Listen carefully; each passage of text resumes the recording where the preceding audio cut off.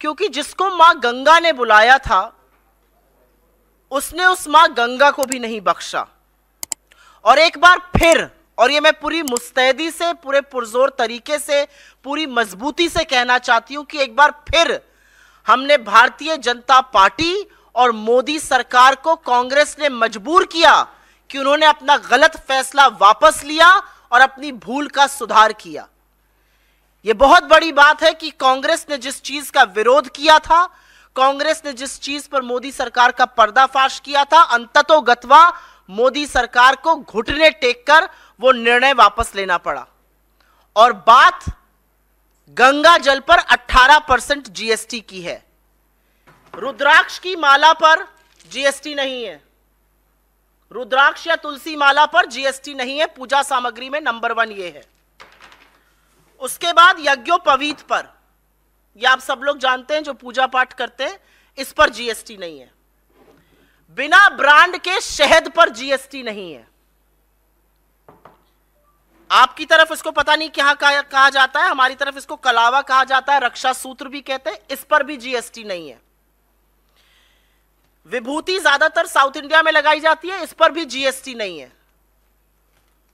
रोली पर जीएसटी नहीं है, चंदन के टीके पर जीएसटी नहीं है, दिए की बाती पर जीएसटी नहीं है, और जो खड़ाऊ लकड़ी का, और यह सिर्फ प्रतीकात्मक है, जो खड़ाऊ लकड़ी का साधु संत पहनते हैं या वो लोग जो पहनते हैं, जो अनुष्ठान करते हैं, इस पर भी जीएसटी नहीं है।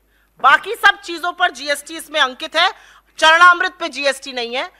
अभी तक इसमें गंगा जल का कोई विवरण नहीं आया है। ये मैं वेबसाइट से जीएसटी की लेकर आई हूं। नील जीएसटी इन 10 चीजों पर है जो मैंने आपको दिखा दिया, गंगा जल का इसमें जिक्र नहीं है।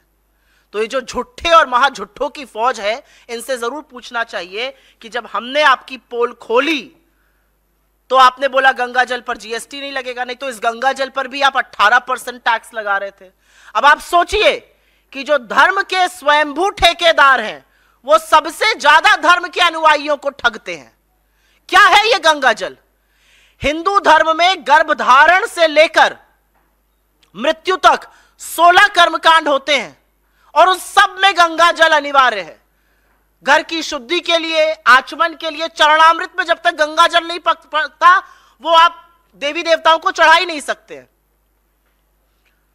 तो इन सब चीजों में गंगा जल अनिवार्य है और सरकार की प्लानिंग तो ऐसी थी कि इस पर भी टैक्स वसूली करी जा रही थी, इस पर भी 18% टैक्स श्रद्धालुओं से लिया जा रहा था।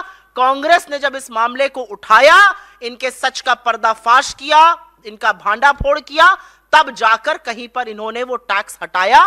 और मैंने आपको ये सारे तथ्य कागजों के साथ दिखा दिए हैं, अनाउंसमेंट्स के, जीएसटी ऑर्डर के, और फिर कैसे विथड्रॉ किया गया।